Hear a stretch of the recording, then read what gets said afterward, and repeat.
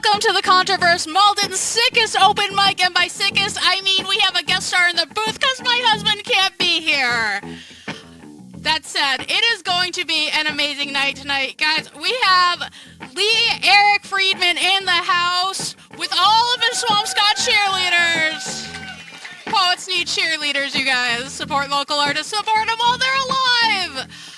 But first up, well, I am super excited for our feature, for all the new faces, for all the familiar faces. I want to invite up one of our founding organizers, the man who's stepping up tonight to make sure that the cameras are on and pointed in the right direction. Please put your hands together for the amazing poet, Chris Hickey!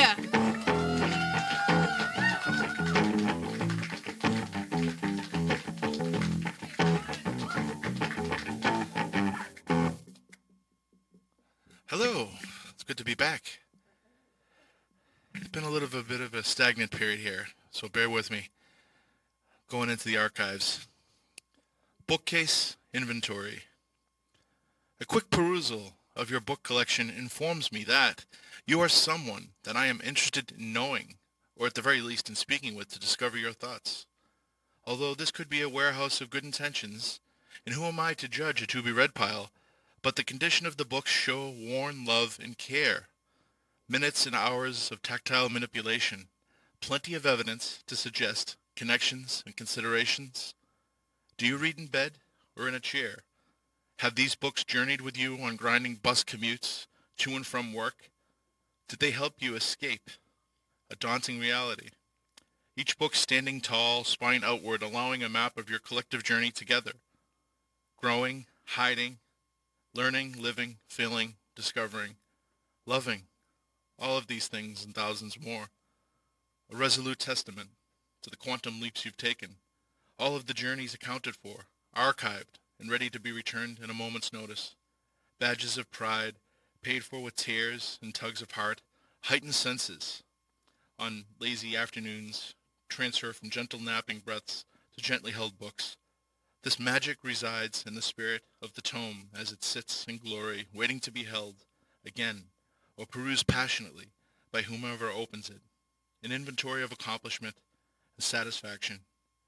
The Valhalla de los Libros, a museum of read moments, a living testament to the translational storytelling whereby all that partake are richer.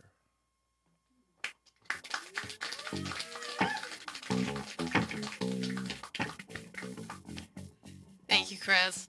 All right, next up, I'm going to call up one of my fellow organizers. Does she organize this open mic? No! Did she take over the Bards? You bet your ass she did. Everybody, please put it together for the brand new host of the Bards of the Rocks up in Manchester, New Hampshire, Emily Parsons.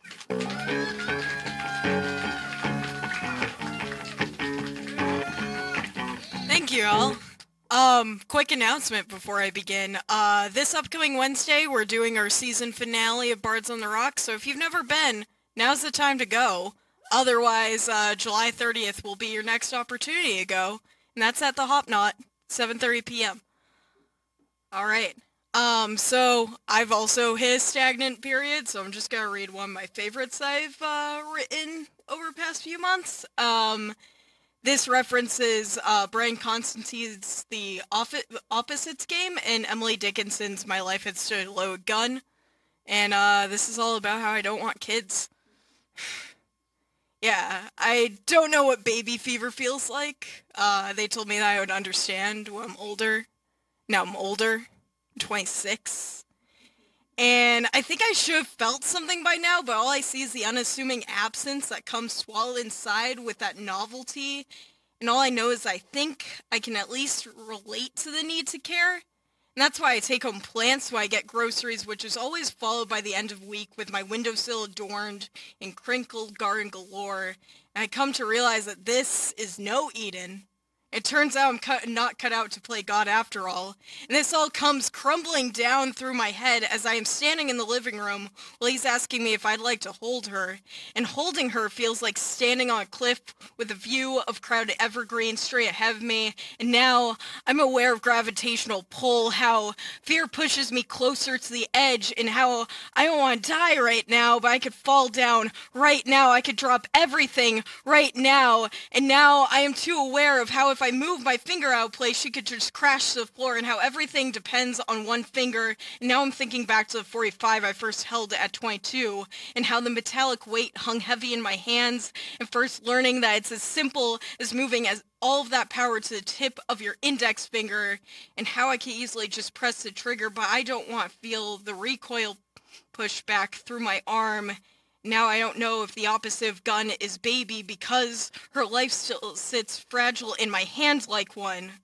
But all I know is I think someday we will all face the question of drop, fall, or shoot. And I think what you choose could tell me everything, all I ever need to know about you. And when I think about the gun, and how it comes down to the crossroads between destruction and stagnation when we've all been hit with the inspiration of action, again, all I know is I think maybe the real opposite of gun is womb, used to create instead of to kill. And maybe I'll just let all these thoughts fade into the embryonic walls of my skull until I say, that's enough about that.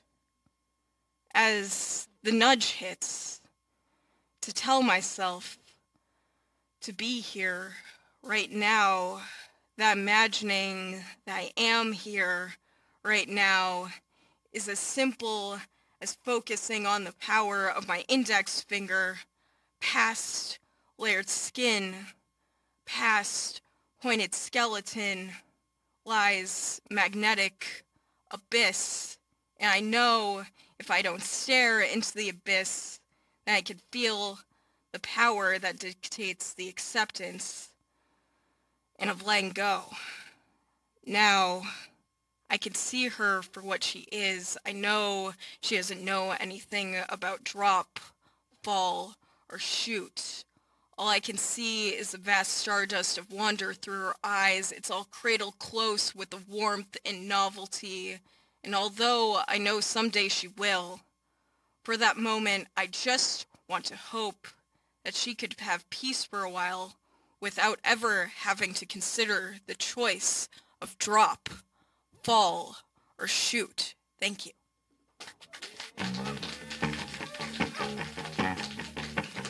Thank you, Sarah.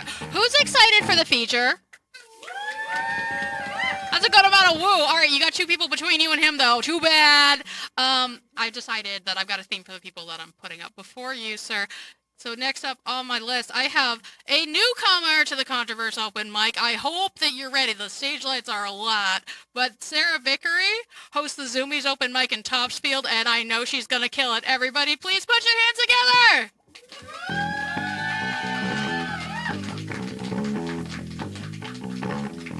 Thank you. What a welcome. Maybe help a short girl out here? I'm not sure what I'm doing. Amazing. Thank you. And Ethan, if you don't mind, I would love, when do I have the opportunity to be backed up? So I'd love if you just keep doing what you're doing. I'm going to share a poem called Dandelions.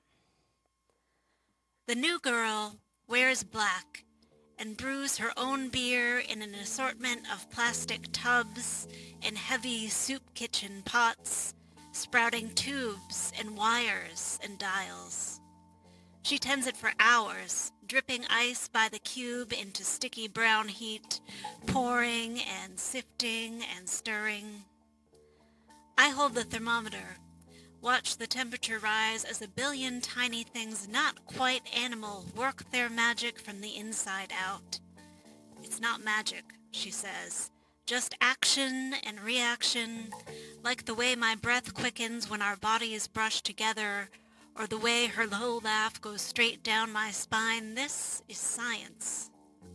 No good asking why I couldn't find somebody safer for my history. Somebody bright-eyed and earnest who dresses like the rainbow, favors innocuous pastimes. Knitting, cheese-making, beekeeping. If her arms were alive with circling wasps, would falling into them be any less dangerous? I need air, so we leave her cramped and steaming apartment, wander empty streets in search of dandelion heads to add to the brew. She proposes this like it's a quest, a grand adventure, but it isn't hard. Dandelions are the things we never lose even if we want to. They sprout up in sidewalk cracks and browning patches of lawn. They are more resilient than we will ever feel. Each time I bend to grasp a stem, I remember how I held you changing fast against me, Tamlin of the sidewalk, slender and shaking, snarling of tooth and sour of breath and poisoned of brain. Each time I hear a siren scream, there is a dull ache where your bite drew blood. Your eyes were not your own, the paramedics said, your heart of flesh churning chemicals that should never have touched. This, too, is science. A tree is erupting into the sidewalk, slowly. She leans against it, wanting to show me her smile and her bag filled with ragged blossoms. I pluck a perfect sphere gone to seed, make a wish for all her witcheries and wires, to protect her like a charm and guard her from loving something so unkeepable. Thank you.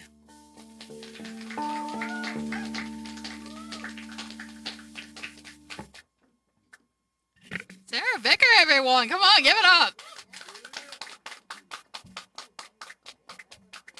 I don't know why we leave that thing there. It's literally just there to trip me up. I don't think anybody ever actually uses it, and nor should they, because there's like, I don't know. Anyway, I got nothing clever. Decker, get up here.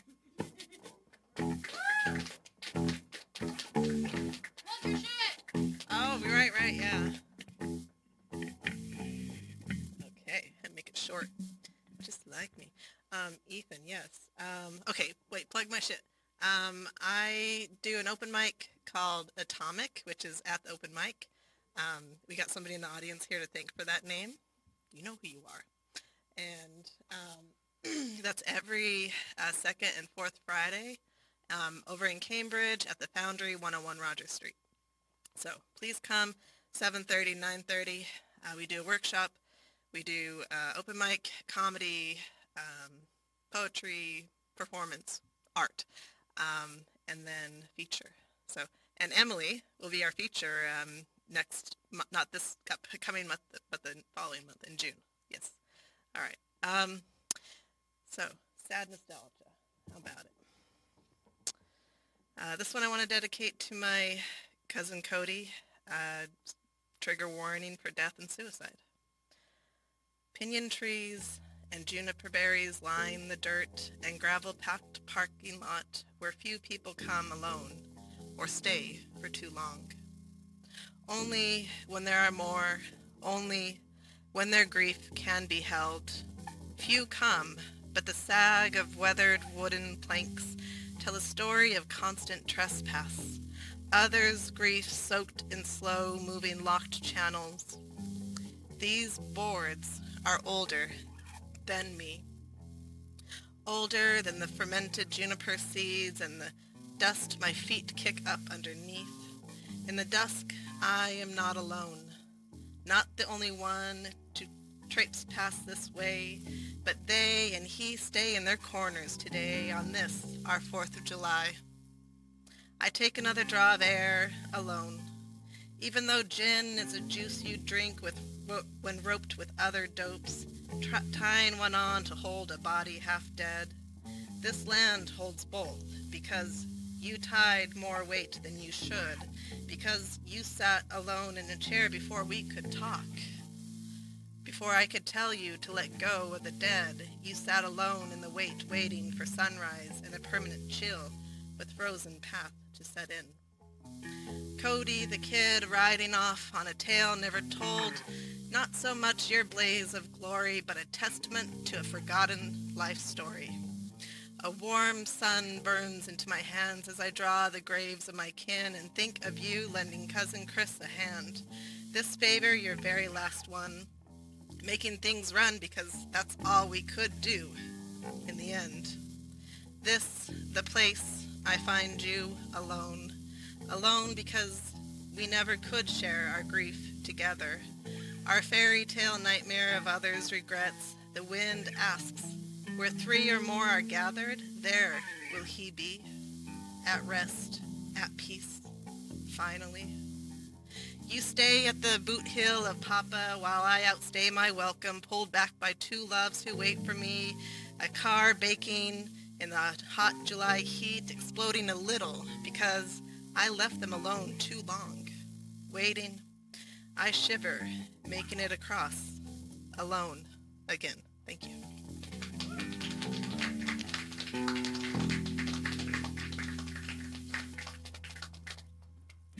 Thank you so much, Decker. All right, I'm here tonight to introduce our feature. Are you all ready for it? All right. Excellent. Well, we have here tonight Lee Eric Freedman. Lee Eric Freedman is the third Poet Laureate of Swampscott, Massachusetts, 2016 through 2018.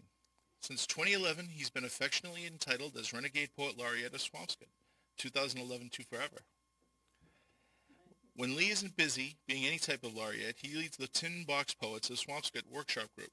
He co-hosts the online video podcast series, In Other Words, with his friend and SpoFest founder, James Bryant, and regularly performs at open mics and readings all over the place. He's been published in numerous poetry anthologies and journals, including publications from Netherlands, Ireland, India, South Africa, Bangladesh, and Scotland. March of 2025, Lee's poetry was published in the Vagabond Lunar Collection Anthology, Vagabond Books. And that was included in the Lunar Codex Project, in which he landed on the moon aboard the intuitive machines NASA Nova-C Lunar Lander Athena. Lee is the former host of First Friday Open Mic at ReachArts, Swampscott. His poetry has been translated into American Sign Language, and he's a three-time winner of the Naomi Cherkofsky Memorial Poetry Contest. Please welcome tonight to the Contro-Verse stage, Lee Eric Freedman!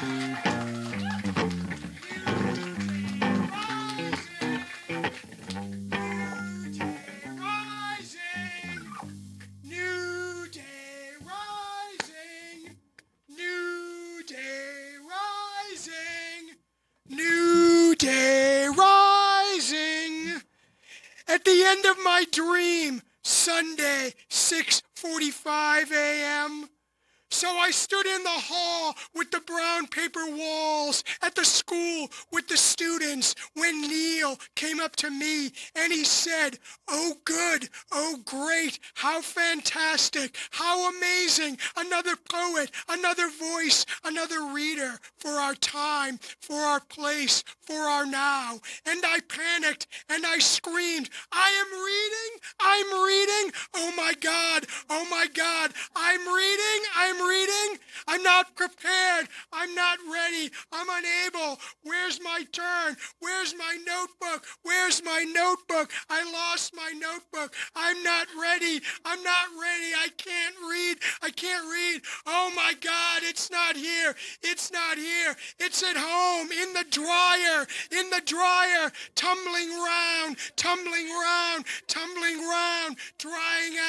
drying out, fading out, flaking out. I run home, take it out, grab it out, yank it out, and it's wrinkled, and it's broken, and it's cracked, and it's shattered. And the wind will blow, and it will scatter, my voice, my words to the grateful people of the world.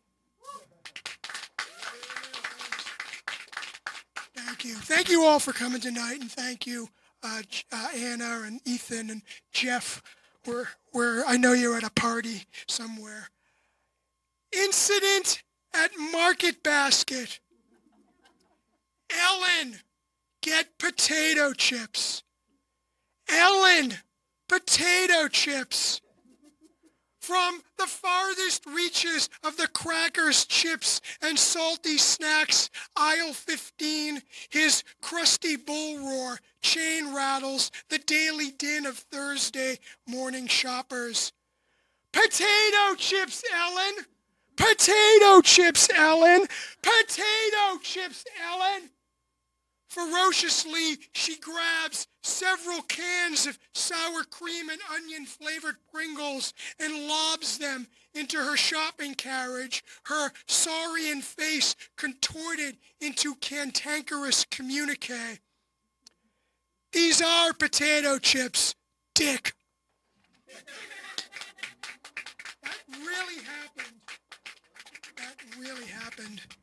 Ethan, can I get some gothy sounds from you? Thank you. Mr. Ethan Mackler, great guy. This is a new piece. Or newish. And it's got some, what? You might have heard it. It's got some movie things from the 70s that you might recognize. It's called Jennifer Throws Down the Gauntlet.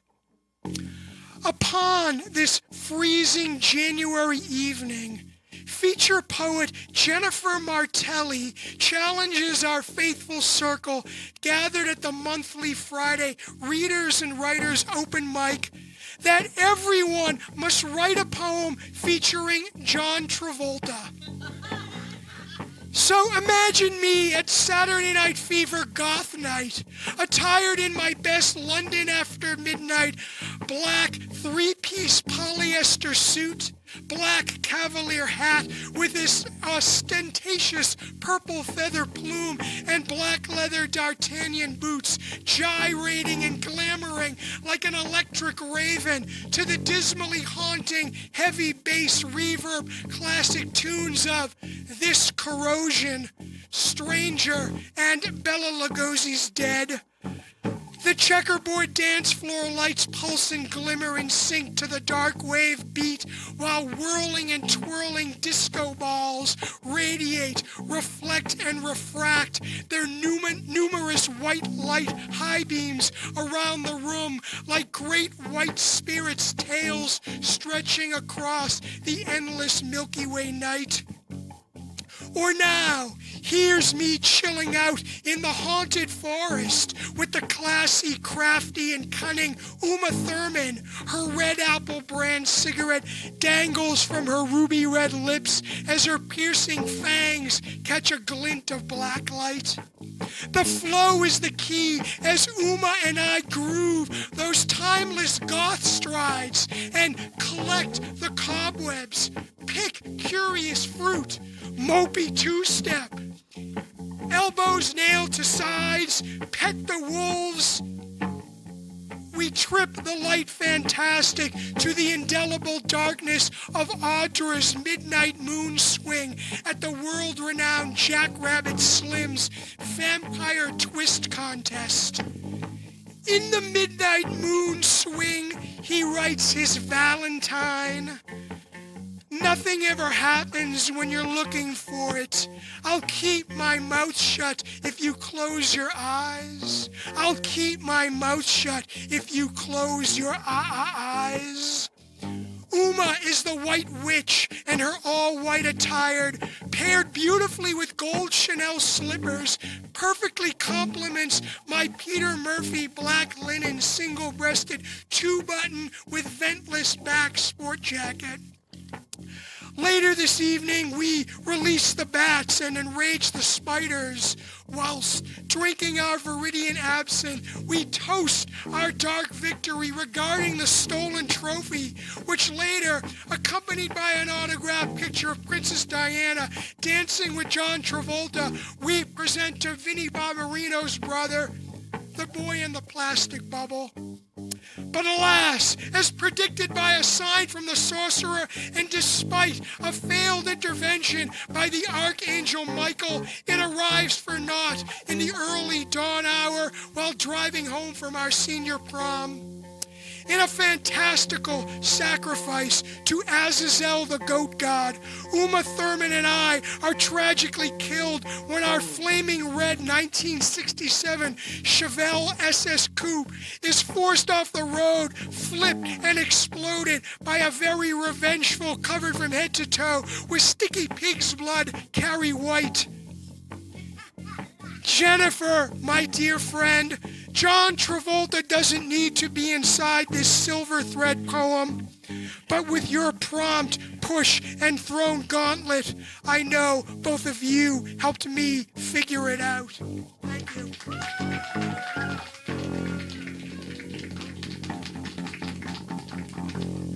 Thank you. Thank you very much for coming out tonight. I appreciate it. You got something kind of metal in that thing?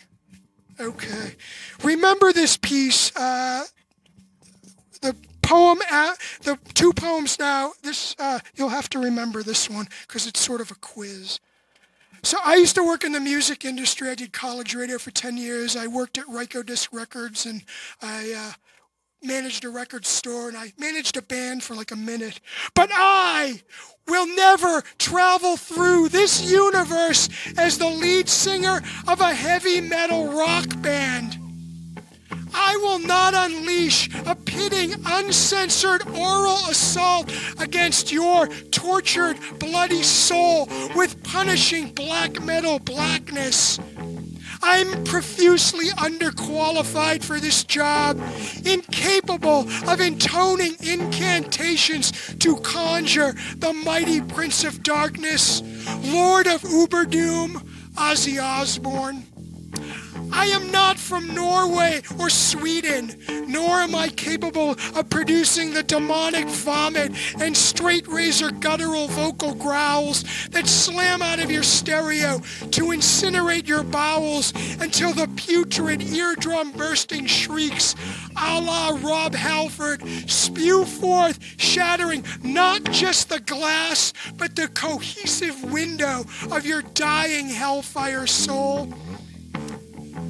I will never be the lead singer of a heavy metal rock band because I do not have brutally long hair. I cannot fathom the pummeling thought of having to change my name to some faux metallic porn star moniker such as Leif Erik's sperm. Also, I've always been unable to decipher the cryptic font of the printed names of the bands, most likely inscribed by Lucifer himself, with ink of iron slag dross and black venom spit etched across the latest record album cover that will sell millions of copies to your consumer-crazed children, bearing such fashionably caustic names as Lamb of God, Hecate Enthroned, Cradle of Filth, Pig Destroyer, Emperor, Akrasicauda, Falkenbach, and Satyricon. I am not a sorcerer. I am not Cerberus. I do not possess the angst, the spit and shit to accomplish this gargantuan megalith. I will not be Jack the Ripper. I will not be the Phantom Knight. I will not be a heavy metal rock star. I am not pain. I am not hate. I am not darkness. I am not blackness. I can never be a heavy metal rock star. I ain't metal. I ain't heavy. I am light. Thanks.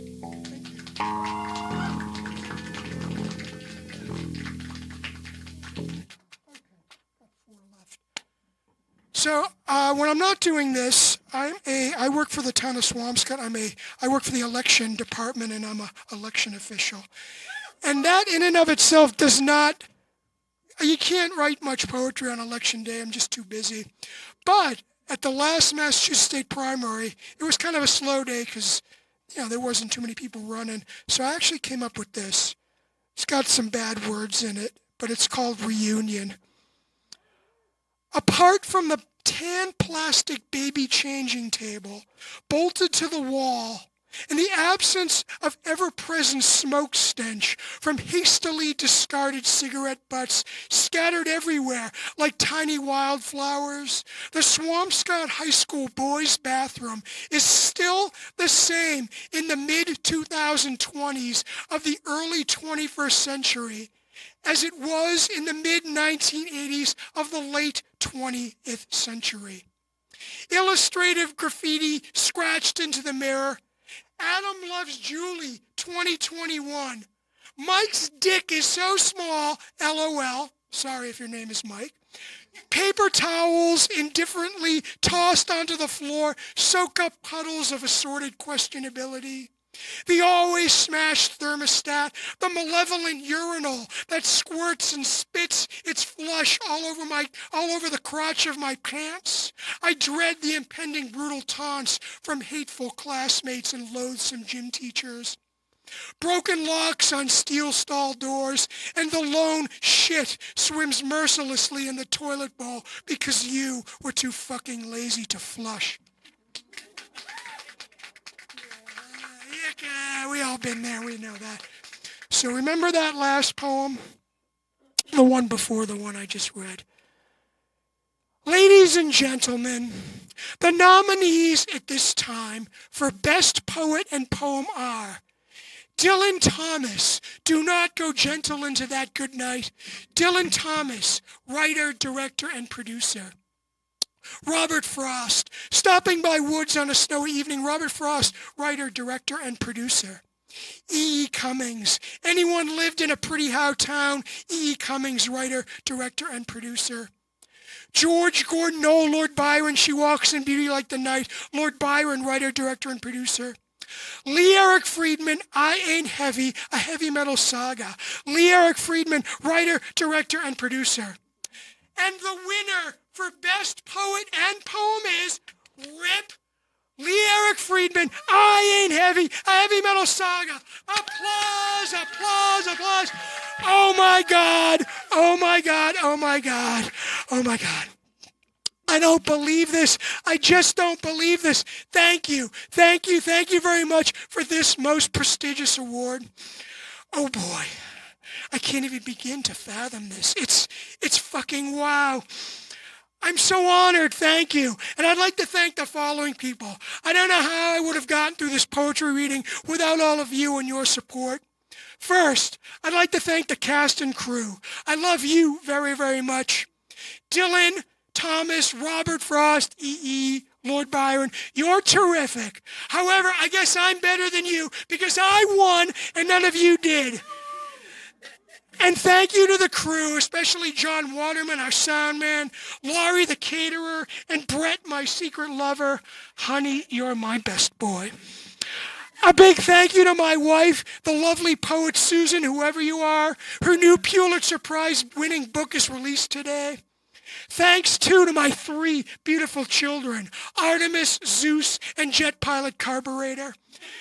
And thanks to my agent, R. Chester Fredrickson Backhoe III.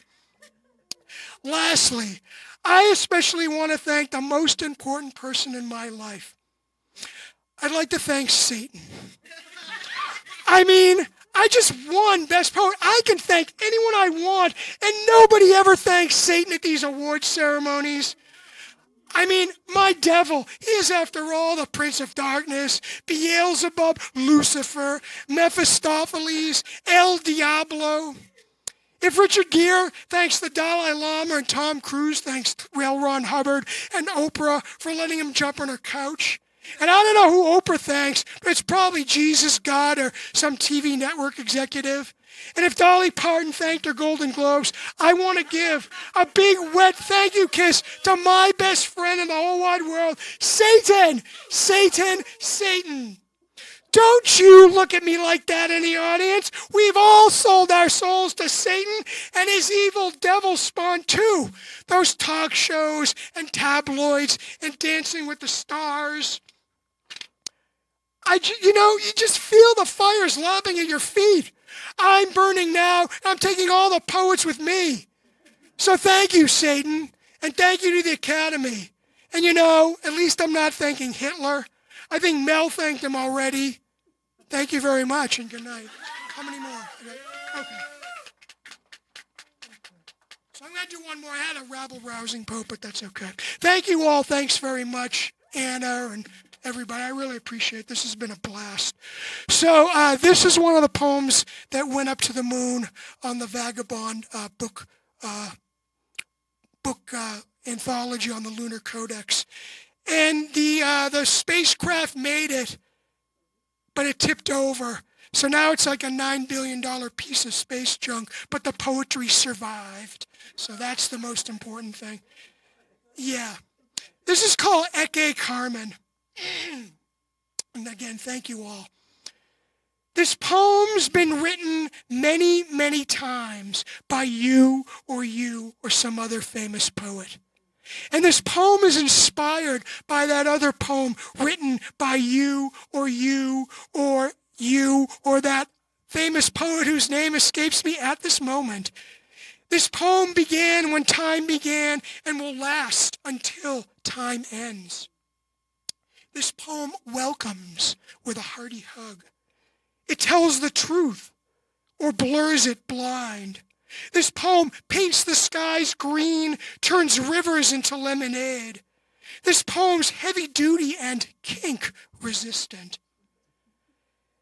This poem is a dream, like all poems are dreams, so the title of this poem cannot be titled Dream or Dreams or Nightmares, because those are just bad dreams. Scorpions live inside this poem, as do spiders, as do frogs, as do things that go bump in the night. This poem is evil. This poem is Harry Powell. This poem is Norman Bates, Darth Vader, Hannibal Lecter, Tom Riddle. This poem is a black man. This poem gets shot and dies. This poem is transgender. This poem can't piss in their toilet. This poem is Muslim, is Syrian, a refugee, a little boy fleeing war, drowned in the surf on a beach in Turkey. This poem likes men. This poem is gay. This poem is so gay because I hate poetry and poems so much they suck and they're gay. But this poem will rip your clothes off or beat you senseless till you're blue, bruised, damaged, and rearranged. This poem is Hitler. This poem is Pol Pot. This poem is Idi Amin. This poem is Donald. Or it could be, if you or I wanted it, maybe. This poem is good. So good, in fact, there's too much good inside this poem to call this poem evil. This poem is Monet. This poem is Satie. This poem is Rimbaud. Ecce homo, behold the man, this poem screams. You'll love this poem. You'll hate this poem. This is the rule for all poems. This poem makes you reach. This poem makes you retch, makes you feel, makes you think. But this poem's a fraud, a scam, a lark, a fluke, a fake, a cliche. It's not a poem. This poem is as good as dead until such time when you or I read this poem, hear this poem. It'll open its eyes, spread its wings. This poem's a butterfly. This poem's an eagle, a poetry eagle. This poem will drum the drum, gong the gong, horn the horn. This poem will roar, raise the roof, take the action, stand up, fight back. Ecce Carmen, behold the poem. This poem is to be continued. Thank you very much.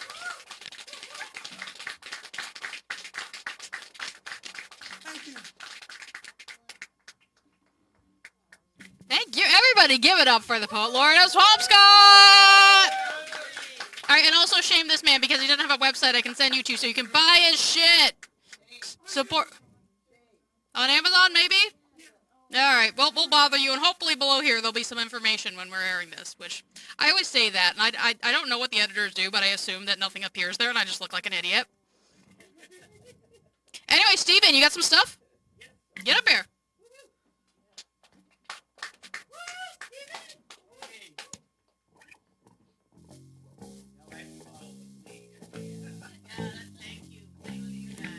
So I'll take the hint. Something ambient, meditative. The poem is a longer poem. I'm going to read a couple of excerpts entitled Morning and Evening. Intercessory. Come, let us hear the ocean sing. Come, let us hear the waves sing without sound. Come, let us hear the night dance. Let it dance around us again. This portion is called Night 1. The sea screams at night in the luminous fire of moonlight setting upon wave tops, yelling, calling out. Gull songs are still. There are curdling sounds and wind spray over the horizon. Crashing, scalding voices soar up from the tethered beach. The bottom is still moving, skiddling across, while the top is calling out for its mute members below. In the distance, boats of sailing lights set out towards their sometimes adventure with cargoes of sea conch and nautilus. Rotating lights beaconing to itself the folks looking for safety, only to find themselves crushed by the breakwater's foam. Thank you very much.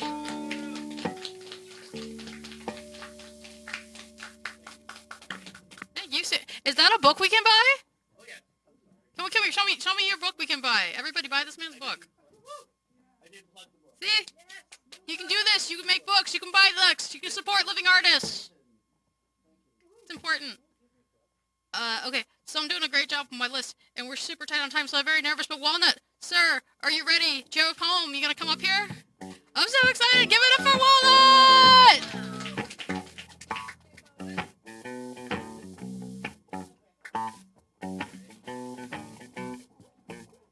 So, what's up, party people? Me and Lee go back, way back. So yeah, we go way back. We got a book together, on my album. This piece is called "We've Got You Surrounded," and I'm gonna actually put my glasses on. I'm gonna act like I'm an old man. I never do this in public. All right. Cancer, refusing to negotiate.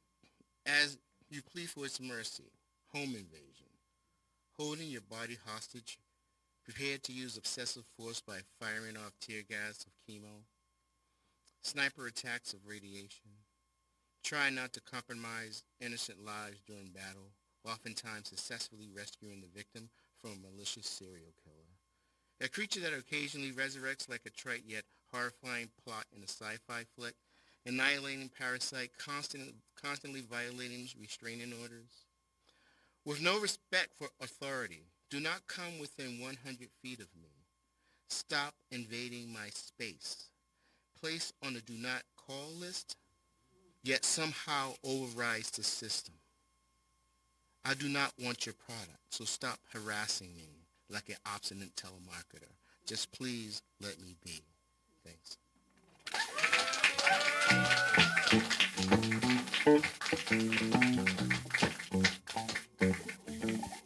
Give it up. A reminder for folks on the mic: if you don't do it in the mic, we might miss you on the thing. So you gotta eat the mic, guys. Hopefully we can fix that one in post. Sorry for everybody who was triggered by George Lucas just now. Up next, I have somebody who's new to the Contro-Verse open mic. We have so many new people today, they actually can't guess who it is. That's how exciting today is. Please put your hands together for Robin!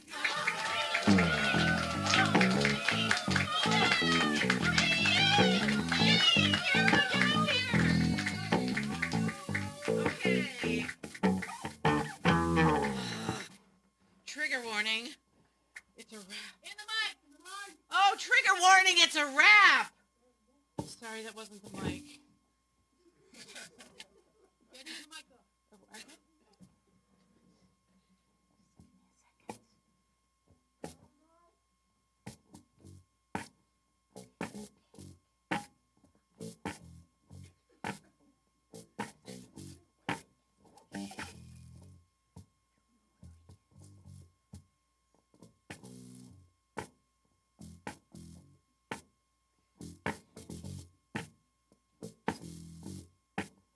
Okay, I'm Robin. Hi, I'm part of Lee's cheering section from Tin Box Poets. So there is actually a trigger warning for drugs and addiction a little bit. Oh, so sorry. Okay, it's called Rooftop Rant. Yeah, yeah, you can just do it. Okay, so just go. How did my life become so banal? I'm texting on my iPhone to make a girl smile. Went to bed early on a Saturday night, should have gone to a party, but I just couldn't fight the wolves at the door. Couldn't make them back away, couldn't kick my own ass, couldn't keep the aging at bay. Now it's 8 on a Sunday and I'm standing on the roof. Not a party, I'm here because the flashing's no good. There's a leak near the chimney. Whoa, there's a water tank growing on the ceiling in the hall. There's a leak near the chimney. Do I really have to call a roofer again? Because I gotta maintain this rocker's chief investment. What happened to the day when a roof was a party? You could see the sunrise from the coast in the east, pink and gold in the sky. Then back down the stairs, grab a bagel, go to bed. Up at 2 p.m. for coffee, call me aching in my head with a line of cocaine. You know it works every time. Now I'm out on the roof, kind of lost the sublime in the everyday hustle, bustle, keeping it real. But the real's keeping me now. God knows I miss the feel of the light in my eyes, the soft shimmery haze, when the end of the night was the end of my day. On this roof in the morning, early sun means no rain, to find a breach in the flashing, increasing the stain.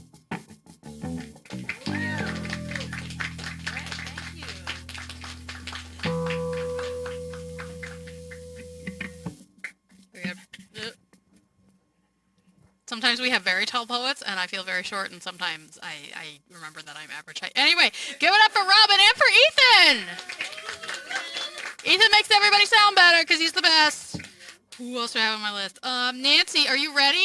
Do you have something? Another new person to the Contro-Verse mic. Put your hands together for Nancy!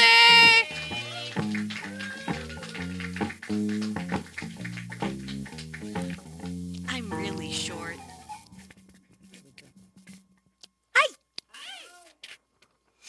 This is called I Love Horror.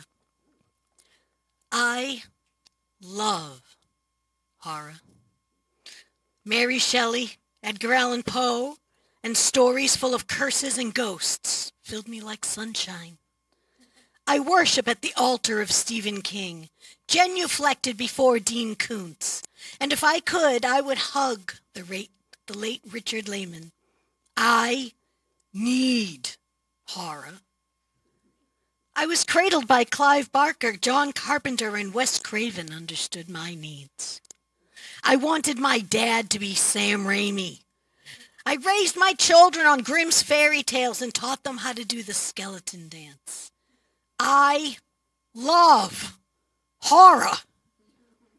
Give me the full moon, a violent storm, the fog thickened, squirming with eldritch tentacles. I want to run with the ghouls. I want to sneak with the bloodthirsty creatures heading towards innocent prey. I want there to be a sudden eyeball in my wall. Curse me to talons and howling, gaining my own luscious fur and the taste of blood on my long tongue.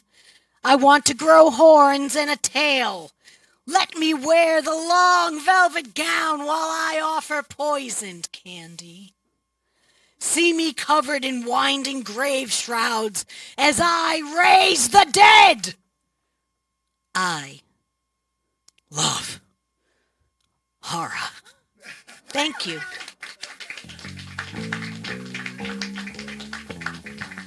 I love that poem. Come on, keep it going, guys. That was great. Next up on the open mic, I have two of my favorite regulars. First up, please put your heads together for Shannon.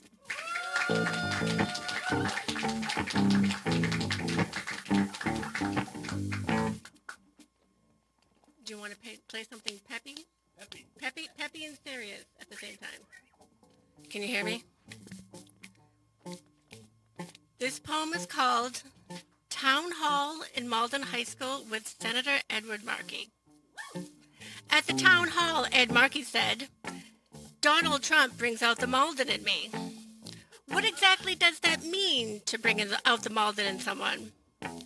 What I think the senator means is the Malden in someone is the part that won't take any garbage from anyone, who won't back down from a fight and is not afraid to say exactly what they think. Is that what the Malden in me means? The Malden in me is the one who takes a train to go somewhere else to where I think more interesting things are happening. But does what the senator says still ring true? Malden has gone from dollar stores and pawn shops to microbreweries and yoga studios. The two cultures commingling and the toughness and grit could be rubbing away. Has Malden gone soft? Have we lost our edge? Does losing the edge mean becoming educated enough to fight with words instead of fists, to view injustice as something we can work against and try to change instead of waving our arms around and getting in someone's face? Senator Murphy's Malden has transformed, but an undercurrent of anger still bubbles under the Malden River. Does frosting like attractive sidewalks cover the pain that some people could never afford their parents' houses, that there is no way to recover from never having enough? The Malden in us gets angry when we think of how we struggle to get by, because everything we earn and have gets eaten up by fish in bigger rivers than the Malden River. But we still have the New England Coffee Company, which leaks the burnt smell of roasting coffee. When the wind blows the right way and we can smell the beans, we know we have the right to be angry, and the Malden in us will let everyone and the senator realize that nobody can mess with us when the Malden is released. Like a roaring dragon flying through the city, ready to take over everything it can until the flames extinguish Pleasant Street and the Malden Center Tea Station.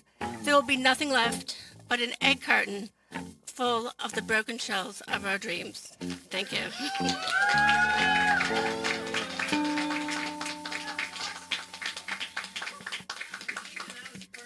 You combined my favorite things. Poetry, Ethan just jamming, Senator Markey, entirely too Malden-focused. Have I mentioned we're in Malden? I think I've mentioned that once or twice on the mic. Please. That was amazing. Thank you. All right, next up, and the last name I have on my open mic, everybody, please, big warm welcome to Matthew.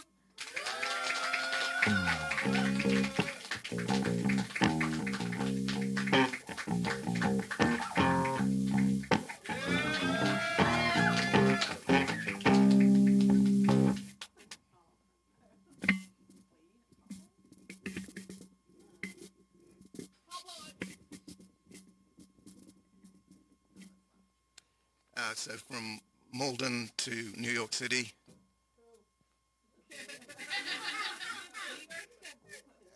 This was written back in the 1980s, and at that time there were two things happening there. Well, first, computers were a big new thing, and second thing is that the graffiti artists were turning the subway trains into moving multicolored works of art. Computer City. This is the Computer City. Machine megalopolis. Old Manhattan is flattened by a mountain of robotic titans. Flying machine stars buzz the array of databank lights. These are the streets of electric reality, rigid grid of the mind. Raw power cables storm down mathematical canyons, tunneling wind. Walking and driving machines are moved by binary operations. Red, green, walk, don't.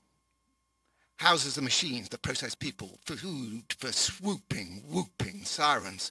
Of brutal blocks, facades can be like sticky plaster stripped. All is utility. Skyscraper art, it has either sci-fi deco or gothic skin. But the island dreams in combo of different places, times and climates. Elevator hats conduct their thinking in elegant patterns of arabesque. Visiting UFOs looking very like water tanks. On top of the ziggurats, lower their legs. These are the streets of tacky chrome and dust, arteries of a warm African heart.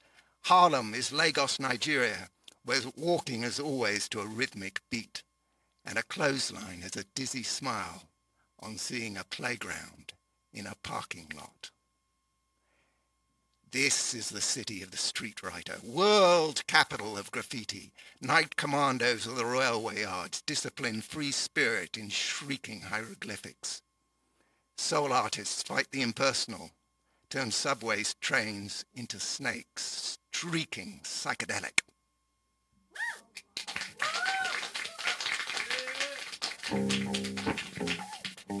I'll forgive you, Matthew.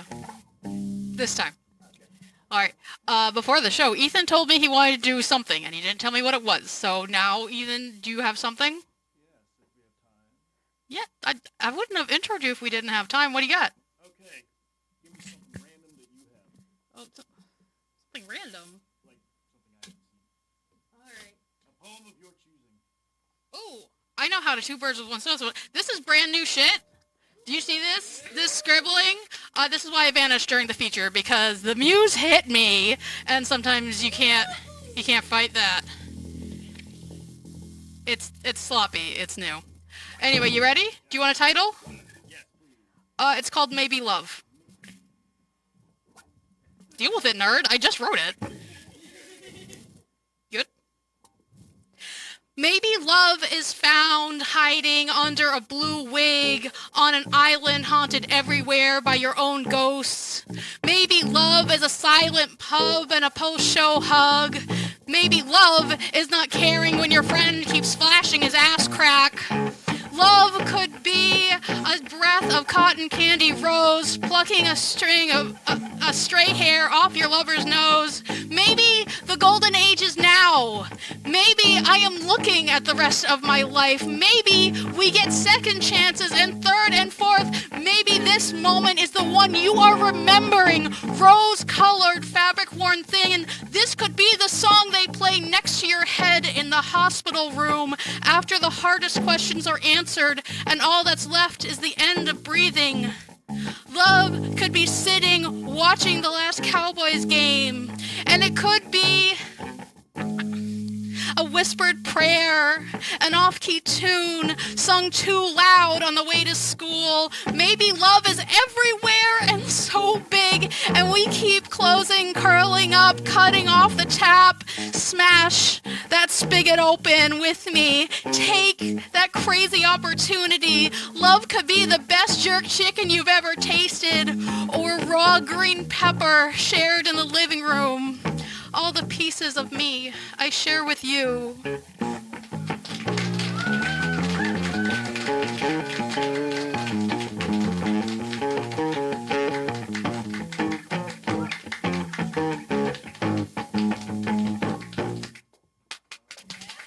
it up for Ethan, come on! Okay, guys, I have a couple more minutes to kill, and the problem is I have so many people who told me they have a second piece that I don't know how to choose. So your choices are, I can close my eyes and pick at random, or I could torture our cameraman and make him read something that I just handed him. What do y'all think, torture or random? Cameraman, torture! All right, it's a vote for torture. Tim, get up here.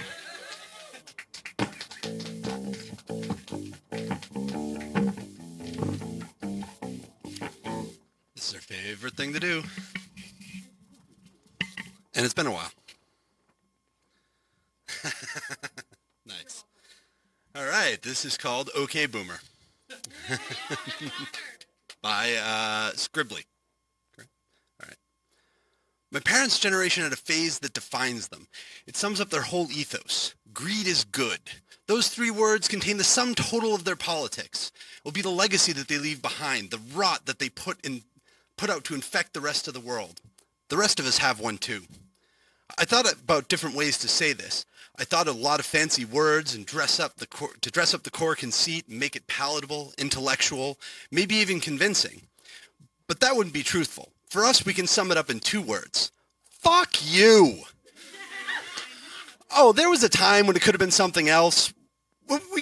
We gave you a chance. We begged you to compromise with us. We pleaded with you to row back just a little bit, to just lessen the misery that you inflict on the rest of us.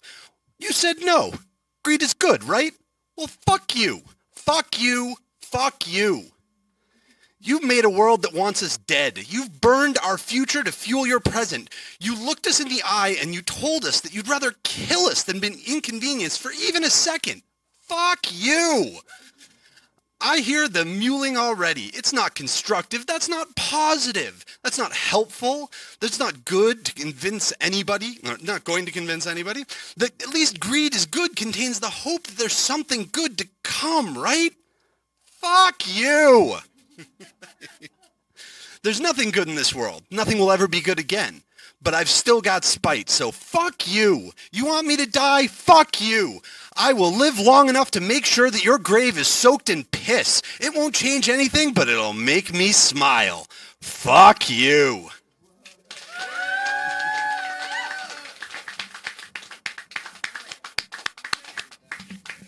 I was going to torture him. I wasn't going to torture the rest of you with something bad. Hey, in the back, are we good to go? We good? Did we do it? Yay! All right, everybody, thank you so much for being here tonight. Fantastic show. Thank you to everybody who prepared stuff for the open mic and performed. Thank you to our feature, Lee Freedman, the People's Poet Laureate. Thank you also to all of the fellow open mic organizers here today. I know it's hard doing the rounds, and I'm glad y'all are here. Thank you to our cameraman, Tim, to Anne, who makes sure that the studio is open for us, to Chris for coming back and making sure everything's working. This has been the Contro-Verse. We are here at 145 Pleasant Street in Malden, UMA, every second and fourth Monday, excepting holidays, until such a time as they kick us out of the building or we don't want to do this anymore. Good night, everyone.